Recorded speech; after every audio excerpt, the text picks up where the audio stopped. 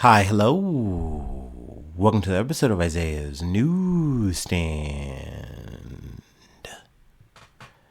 It's your host, Isaiah Edwards. The date is March the 19th, 2026. Hopefully this episode finds you well, in good spirits and high hopes. As for me, I'm doing pretty good. Happy Thursday, everyone. Hopefully this day has treated you well. I know for me, it's been a good day.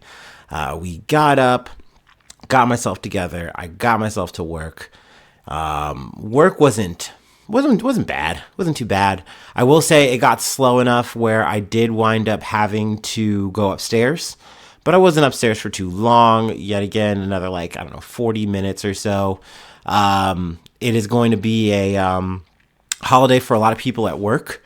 So for today and tomorrow, it's not looking super great in terms of attendance, which, is obviously going to affect the flow of work. But really today it wasn't busy. It's like the warehouse was prepared for this. We go through rounds like this, I want to say about 2 to 3 times in the year. So, we call it a quote unquote peak and we just deal with it.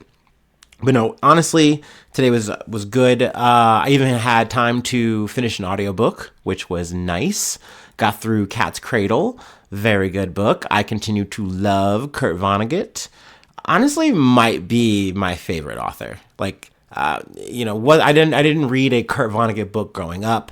I finally read Slaughterhouse-Five, I don't know, probably several years ago. And amazing book. I would say Slaughterhouse-Five is still my favorite between these two, but Cat's Cradle was a very interesting book.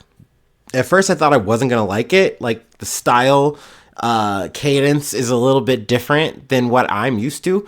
But then you get locked into, okay, this is the format of the book.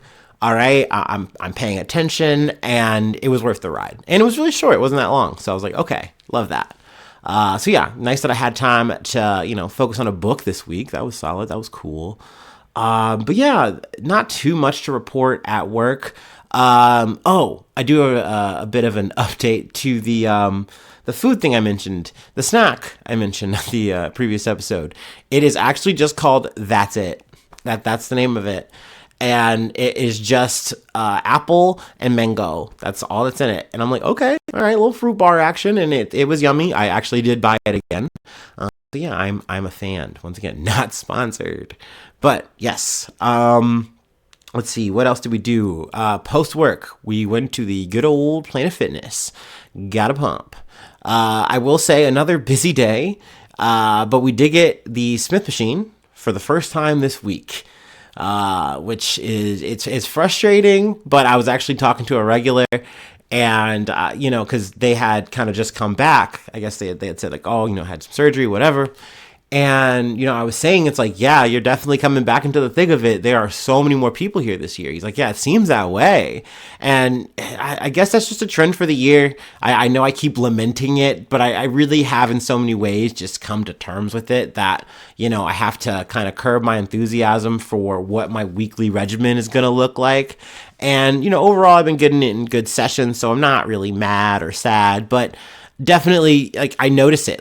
On the Smith machine, I wasn't able to come through and be yeah, let's max out. I feel like I would be prepping for something like that because it's Thursday and normally we're going to be doing heavy lifts. Nah, that's just not what it is. But also, a bit of my schedule has changed a bit too. So, we're trying to get our pumps in when we can. I try to get 7 days in the week. But lately we just haven't been doing that as much. And honestly, that's probably for the best. I will say, not really any aches and pains right now, nothing sore or damaged, so knock on wood. We love that. We love being in a healthy era. We gotta enjoy that while that lasts. But yeah, no, we got in the Smith machine. I want to say I did a couple more sets as I continued to kind of drop weight. And that was nice. Post the Smith machine, we did some filler where I could. Eventually I got some core work in, and then I did an hour of cardio. So yeah, overall, it was a good gym session. Timing wise, I did the same as a 2 hour, But I think somehow, some way, I just didn't hit it as hard as the 2 hour. Like there was dead time. Maybe I was on my phone too much or something, and so it goes. But overall, we'll call that a W pump. We'll take it. But yeah, I come home after that. I have my stretch. I have my snack. And we do some research. And now we're ready to yap it up about some news. Yeah, baby. But first, let's go ahead and do our startup and let's get into it.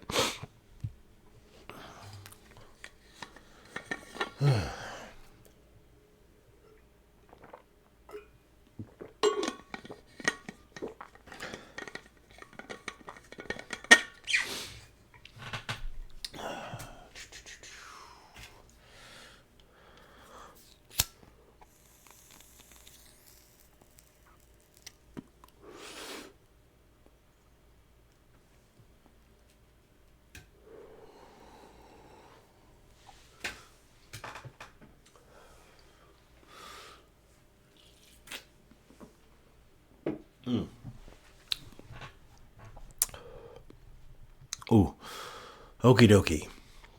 From The Guardian. Strike on Iran gas field exposes U.S.-Israel rift as Trump claims he did not know.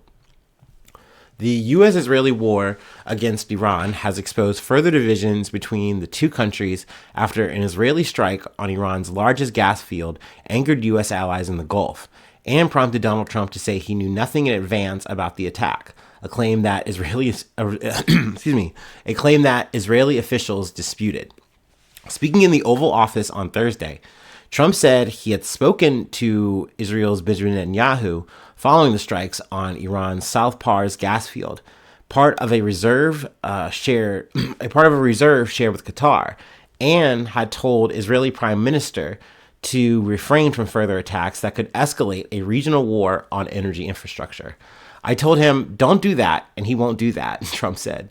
We didn't discuss the strikes. We do independent, but get along great. It's coordinated. But on occasion, he'll do something, and if I don't like it, and so we're not doing that anymore, which I think this is bullshit. Obviously, I'm speculating. This is a situation where, we have reports that they're like, we told Washington about this shit. They knew it was up, but essentially maybe they just didn't clock that this was going to have a ramification. Like, oh yeah, that's right. You guys have connected airfields. Oh yeah, that's right. Iran is definitely in a state of, they're going to attack, other fucking allies or other fucking, people who are allied to us, and they're not going to care about their fucking energy infrastructure on this one. They're not going to care if this is going to escalate things. That's a problem. We don't actually want that. That's bad. Wait, don't do it. So this happens, and now technically Trump has to kind of come back and be like, ooh, crap. So he has to say, okay, I didn't know. It wasn't me. I didn't know. Okay, but I handled it. It's not going to happen anymore. And, Benjamin Netanyahu's like, okay, you're right. We won't do that anymore. It's like, dude, so sloppy. It's so bad.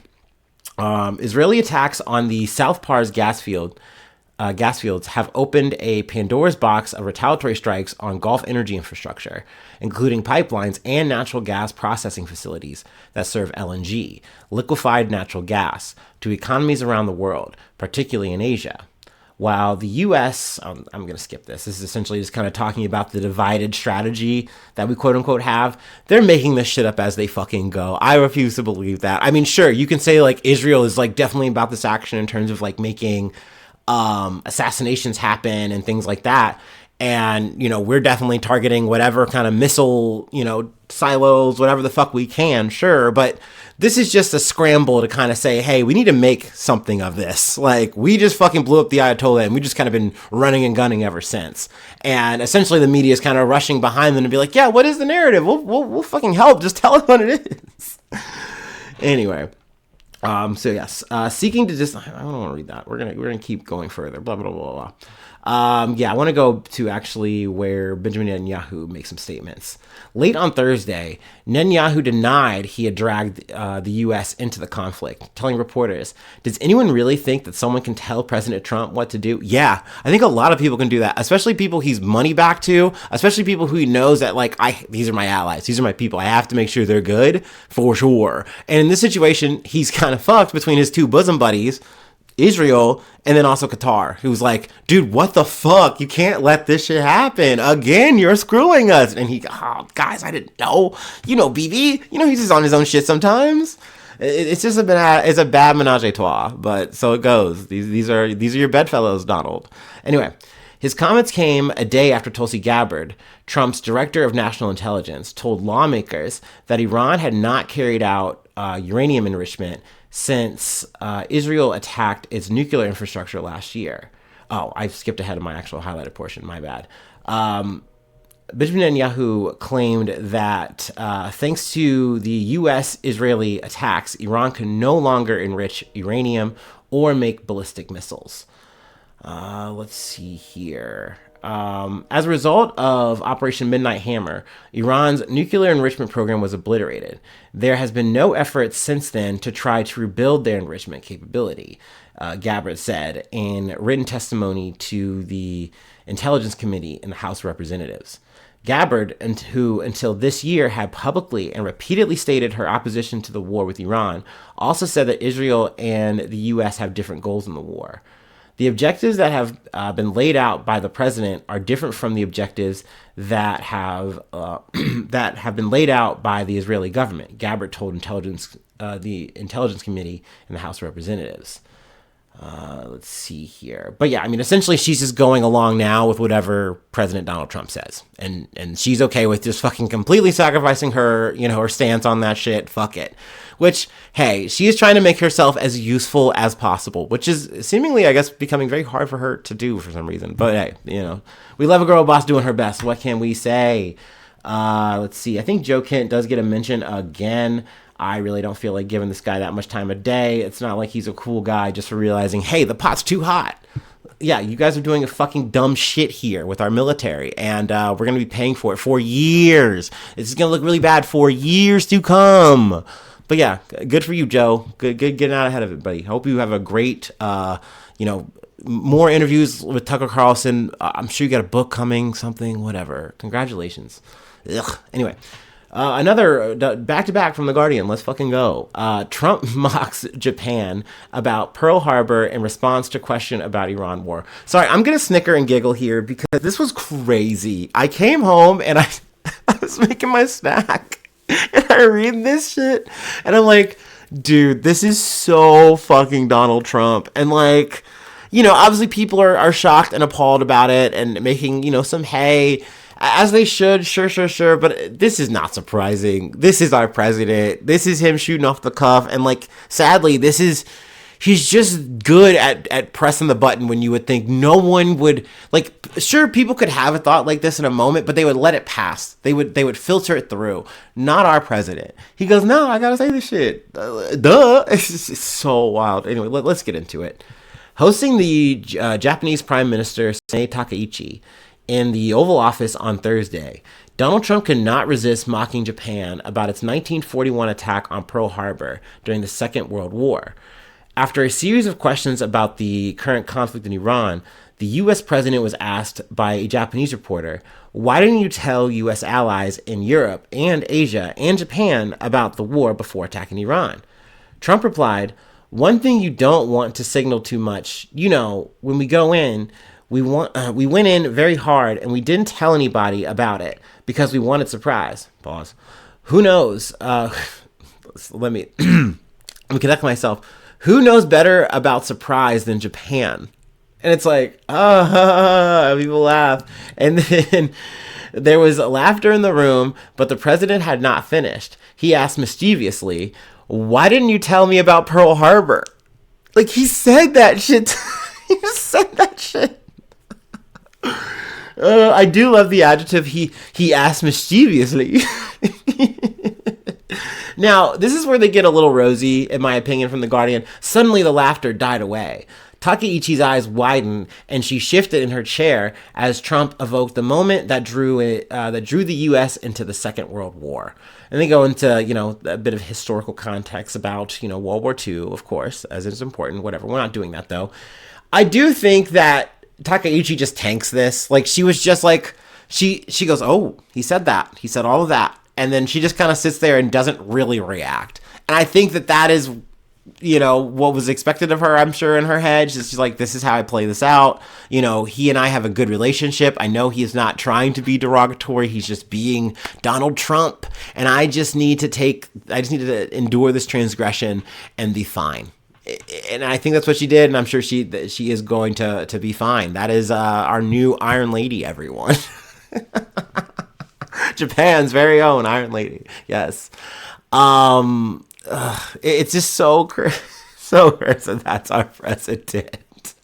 He just fucking went there. Also, it is worth noting, because they mentioned this in the article, this was 5 years before Trump was born, and he's taking it personally. Like, why didn't you phone him? Like, I do think he means that, because I before we move on, it was not Trump's first awkward moment regarding the war.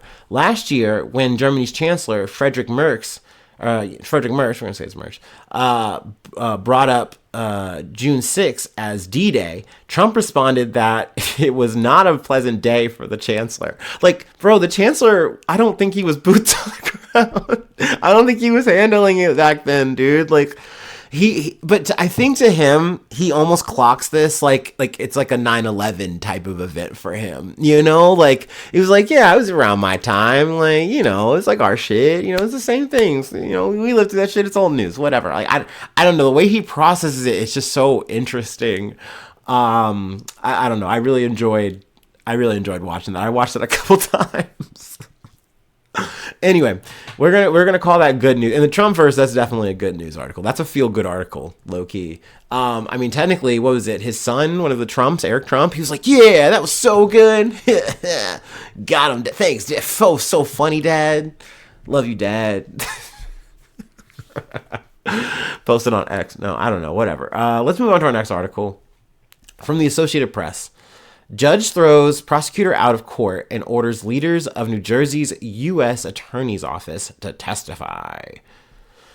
Vexed by the Justice Department's chaotic oversight of federal prosecutions in New Jersey, a judge on Monday threw a government attorney out of a hearing and ordered the 3 officials in charge of the state's U.S. Attorney's Office to answer his questions under oath.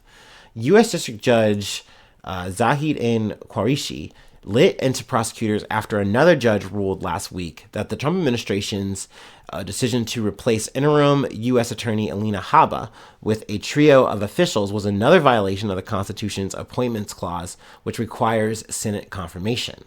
The officials, Philip Lamparello, Jordan Fox, and Ari Fontecchio, have remained in charge pending an appeal.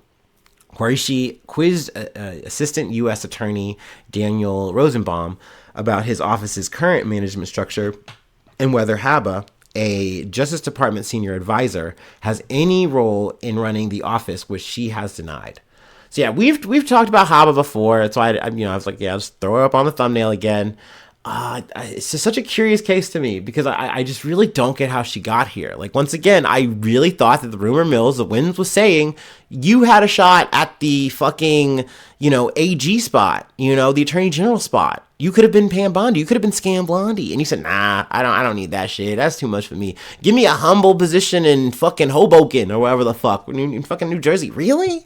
And this is where you're going to fight? This is where you're making your goddamn last stand? I don't know. It's a choice, I guess, or maybe I was wrong on the rumors or whatever. But it just seems, either way, like, it doesn't seem worth it to be this locked in for this job. I would have just given it up by now. But instead, she's like, no. We're gonna get a triumvirate situation. We're gonna get like a little Three Stooges action here. I'm gonna be influencing, of course, behind the scenes. It's like you're doing shadow games now, bro. It's just, it cannot be this deep, bro. You're playing Sopranos over this shit. It's not worth it. Let's see. When Rosenblum, my bad. When Rosenblum's supervising attorney interjected, Qureshi accused him of trying to blindside the court and ordered him to leave or risk being removed by court security officers. The judge vented his frustrations as he was preparing to sentence a man for possessing child sexual abuse material, a case that he said had been compromised by a sloppy investigation and the U.S. Attorney's office's haste to reach a plea agreement. The sentencing was rescheduled. Let's see here. That's more or less what I wanted to cover from this. I mean, obviously, it's a little bit more background into the story, what we're going to call details, which are important. But I'm sure we'll be back to this as it is pending an appeal. We'll see, I guess, what the next move is, because I truly thought that Habba was going to be done. Happy trails, moving on to your next gig. Like, there's other things you can do here. Go ahead and maybe join Chrissy Nome at the Shield or some shit. I don't fucking know. No, she's fighting for Jersey, baby. I guess. I don't know, man. But anyway, like I said, I'm sure we'll come back around. But anyway, let's move on to our last story for the night. We're going to talk Banksy a little bit. We're going to get into the art world, a little art sphere shit. But yeah, let me go ahead and take my last break, and we will close it out.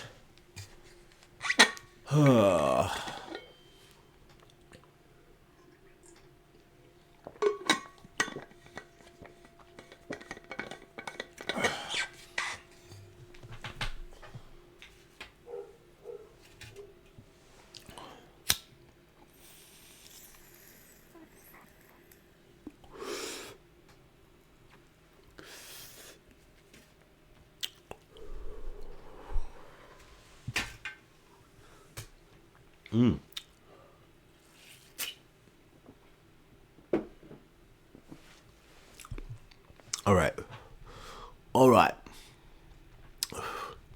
From Decor. Banksy's identity is finally revealed. For years now, the street artist Banksy has made a name for themselves out of the fact that no one actually knew their name.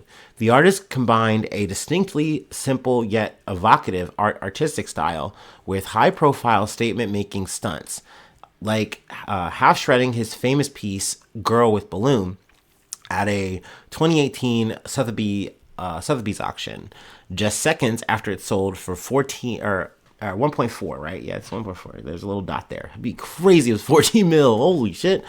I mean, 1 million plus for an art piece. I mean, hey, life is crazy, no?